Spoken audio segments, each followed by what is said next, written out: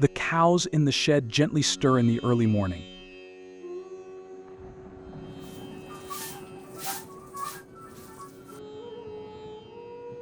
The cold climate is misted over by their warm breaths. It's a calm start to the day because of the quiet atmosphere and the gentle sounds of their movements. Taking care of them in the morning feels peaceful and centered.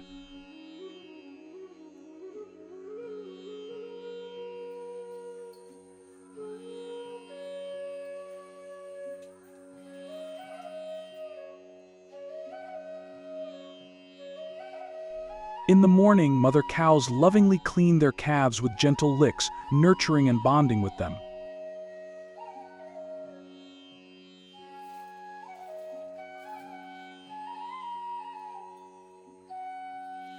As the day begins, people clean the cow sheds, creating a fresh and pleasant atmosphere.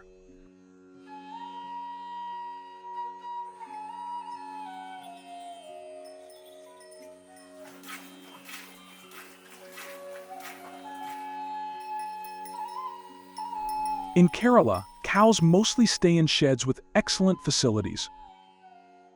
These sheds have fans to keep them cool and music to soothe them. The owners take great care of their cows, ensuring they live comfortably. Each day, the cows enjoy the gentle breeze from the fans and the calming tunes that fill the air. The love and attention they receive make their lives pleasant and stress-free. In Kerala, cows are not just animals, they are cherished members of the community, living in comfort and peace.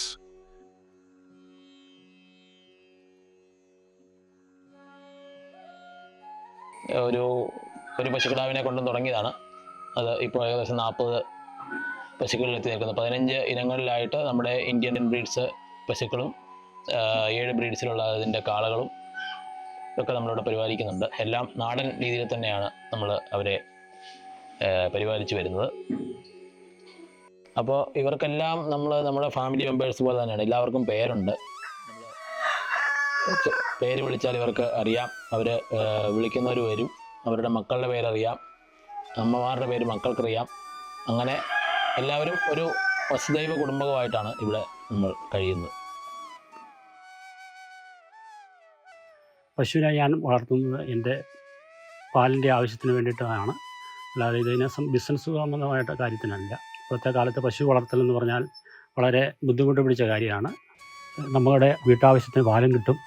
അതിനുപരി ഒരു സമയം പോകാൻ വേണ്ടിയിട്ടാണ് ഇത് വളർത്തുന്നത്. ഇപ്പോഴത്തെ കാലഘട്ടത്തിൽ നമ്മളുടെ ബുദ്ധിമുട്ടനുസരിച്ച് പാലിൽ ഉൽപ്പാദിപ്പിച്ചാൽ അതിനുള്ള വില ലഭിക്കുന്നില്ല. പാലിന് 45 രൂപയോളം കിട്ടുകയുള്ളൂ. ഇതിന് 70 രൂപയെങ്കിലും പാലിന് വില കിട്ടിയെങ്കിലുള്ള നമുക്ക് മുതലാകുകയുള്ളൂ. ഓക്കയ്ക്കാണെങ്കിൽ വില 1500 രൂപയാണ് ഒരു ചാക്കിന്. തവിടിനാണെങ്കിലും 30 രൂപ കിലോ വരെയാണ്. ഒരു ചാക്ക് മേടിക്കണ 1500 രൂപയാണ്. കച്ചിക്കാണെങ്കിൽ ഇപ്പം 350-400 റേഞ്ചിലാണ് വാങ്ങിക്കുന്നത്. ഒരു കെട്ട് കച്ചി എന്ന് പറഞ്ഞാൽ 20 കിലോയിൽ കൂടുതൽ ലഭിക്കുകയില്ല. വൈകാതെയൊക്കെ വരികയാണെങ്കിൽ നമ്മൾ ആശുപത്രിയിലെ ഡോക്ടർമാരെ ആയിട്ട് സംസാരിച്ച് അവർ ചിലപ്പം വരേണ്ട ആവശ്യമാണെങ്കിൽ അവർ വരും. അല്ലെങ്കിൽ നമ്മൾ മരുന്നുകളുടെ നമുക്ക് മരുന്നിൻ്റെ പേര് പറഞ്ഞു തരും. അപ്പോൾ അതനുസരിച്ച് മെഡിക്കൽ സ്റ്റോറിൽ പോയി വാങ്ങിച്ച് കൊടുക്കുകയൊക്കെയാണ് ചെയ്യുന്നത്. അപ്പോൾ ഈ ചൂട് കാലത്താണെങ്കിൽ നമുക്ക് പാൽ ഉൽപ്പാദനം വളരെ കുറവാണ്. നമുക്ക് തീറ്റകൾക്ക് ചിലവ് കൂടുതൽ വരും. ചൂട് കാരണം പശുക്കൾക്ക് അതിനോടനുബന്ധിച്ചുള്ള ക്ഷീണങ്ങൾ വരാറുണ്ട്. പിന്നെ കൂടെ നമ്മൾ വെള്ളം ഒഴിക്കുക, പിന്നെ തണൽ കൊടുക്കുക, അങ്ങനെയൊക്കെ ചെയ്താണ് ഇതുങ്ങളെ ഈ വേനൽക്കാലത്ത് സംരക്ഷിച്ചിരുന്നത്. അപ്പോൾ ചൂടുകാലത്ത് നമ്മൾ പശുവിന് ഫാൻ ഇട്ട് കൊടുത്തിട്ടുണ്ട്. 3 പശുവിൽ തുടങ്ങിയതാണ് പശു ഫാം. 3 പശു ഉണ്ടായിരുന്നു. അവിടുന്ന് ഓരോന്നിനെ മേടിച്ച് എണ്ണം കൂട്ടി കൊണ്ടുവന്നു. ഇപ്പോൾ എനിക്ക് സഹായത്തിന് ഒരു നേപ്പാൾ ഫാമിലി ഉണ്ട്. കേരളത്തിലെ ഫാമിംഗ് എന്ന് പറയുന്നത് ഇപ്പോൾ ഭയങ്കര ബുദ്ധിമുട്ടായിട്ടുള്ള കാര്യമാണ്. എന്താണെന്ന് വെച്ച് കഴിഞ്ഞാൽ നമുക്കുള്ള ഫീഡിൻ്റെ കോസ്റ്റ് ഭയങ്കര കൂടുതലാണ്. പിന്നെ പശുക്കൾക്ക് എങ്ങനെ ആണെങ്കിലും പച്ചപ്പുല്ലായിട്ടൊരു ഒരു പശുവിന് ഒരു 30 കിലോ എങ്കിലും കൊടുത്തില്ലെങ്കിൽ നല്ല പാലുൽപാദനം ഉണ്ടാകില്ല. ഒന്ന് പിന്നെ കാലിത്തീറ്റ പെർ ലിറ്റർ കിട്ടുന്ന പശുവിന് 400 ഗ്രാം കണക്ക് കൂട്ടി നമ്മൾ കാലിത്തീറ്റ കൊടുക്കണം. അതായത് 10 ലിറ്റർ പാല് കിട്ടുന്ന ഒരു പശുവാണെങ്കിൽ 4 കിലോ കാലിത്തീറ്റയും അതിൻ്റെ കൂട്ടത്തിൽ പശുവിൻ്റെ വെയിറ്റിനനുസരിച്ചുള്ള ഒരു 2 കിലോ കൂടെ കൂട്ടി 6 കിലോ കാലിത്തീറ്റ നമ്മൾ കൊടുക്കാം. അങ്ങനെ നമുക്ക് പാലിന് കേരളത്തിൽ മിൽമ പോലുള്ള സ്ഥാപനങ്ങളിൽ നമ്മൾ പാല് കൊടുക്കുമ്പോൾ നമുക്ക് 45 രൂപ ഒക്കെയാണ് മാക്സിമം നമുക്ക് വില കിട്ടുന്നത്. ഇപ്പം പാല് വെച്ച് കാൽക്കുലേറ്റ് ചെയ്ത് കഴിയുമ്പം നമ്മുടെ ഫീഡ് കോസ്റ്റ് എന്ന് പറയുന്നത് ഭയങ്കര കൂടുതലാണ് നമ്മുടെ ഇവിടെ. പിന്നെ നമുക്കിത് കാലിത്തീറ്റ പോലുള്ള ഉൽപ്പാദിപ്പിക്കണമെങ്കിൽ തമിഴ്നാട് പോലുള്ള സംസ്ഥാനങ്ങളെ ആശ്രയിച്ചാൽ മാത്രമേ നമുക്കിവിടെ സാധനങ്ങൾ എത്തുള്ളൂ. നാടൻ പശുക്കളെ ഞാനിവിടെ സംരക്ഷിക്കുക ചെയ്യുന്നത്. അതിലൊന്നും നമ്മൾ ഒത്തിരി വരുമാനമല്ല പ്രതീക്ഷിക്കുന്നത്. നമ്മളിപ്പോൾ അന്യ സംസ്ഥാനങ്ങളിൽ നിന്നാണ് പശുക്കളെ കൂടുതലും കൊണ്ടുവരുന്നത്. ഓരോ സ്കീമുകളൊക്കെ വരുമ്പം അന്യ സംസ്ഥാനങ്ങളിൽ നമ്മൾ പശുവിനെ കൊണ്ടുവരും. അങ്ങനെ കേരളത്തിൻ്റെ തനത് ബ്രീഡുകൾ തന്നെ ഏകദേശം 9 എണ്ണത്തോളം ഉണ്ട്. ബാക്കിയുള്ളതൊക്കെ അന്യ സംസ്ഥാനങ്ങളിൽ നിന്ന് വന്നിട്ടുള്ളതാണ്. പാകിസ്ഥാനിലെ സിന്ധ് ബോർഡറിൽ കാണുന്ന താർപാർക്കർ, റെഡ് സിന്ധി, സഹിവാള്, ഗുജറാത്തിൻ്റെ ബ്രീഡുകളായ കാങ്ക്രേജ് ഗിർ, രാജസ്ഥാൻ്റെ ബ്രീഡായ റാത്തി, ആന്ധ്രയുടെ ബ്രീഡായ ഹോങ്കോൾ ഉണ്ട് ഇവിടെ.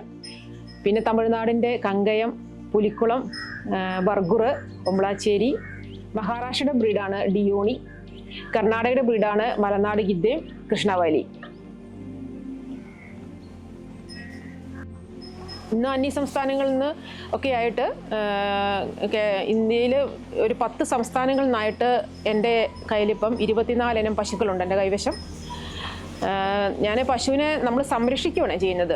എന്ന് ഒത്തിരി വരുമാനമല്ല പ്രതീക്ഷിക്കുന്നത്. അതുപോലെ ആ വംശത്തെ നമ്മൾ നശിച്ചു പോകാതെ നമ്മൾ സംരക്ഷിക്കുന്നു. ആ രീതിയിലാണ് ഞാൻ ചെയ്യുന്നത്. അവരുടെ എൻ്റെ വീട്ടിൽ എൻ്റെ കുടുംബം കഴിഞ്ഞാൽ എനിക്ക് ഏറ്റവും ഇഷ്ടമുള്ളത് എൻ്റെ നാടൻ പശുക്കളെയാണ്. അപ്പോൾ അവരെ അത്രയും ഞാൻ ഓമനിച്ചും നല്ല രീതിയിലാണ് പരിപാലിക്കുന്നത്.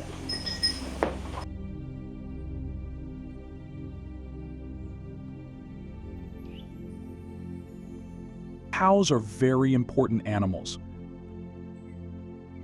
They respected in many cultures. They need open fields, clean water, good food, and safe shelters to be happy and healthy. They give us milk, which is a healthy food. They also help farmers by providing manure that makes the soil rich for growing crops. Keep cows healthy. We need to take good care of them. Many cows roam the streets abandonedly, without food or shelter. It is important to save cows and treat them well because they give us so much. By caring for cows, we help our farms, our food, and our environment.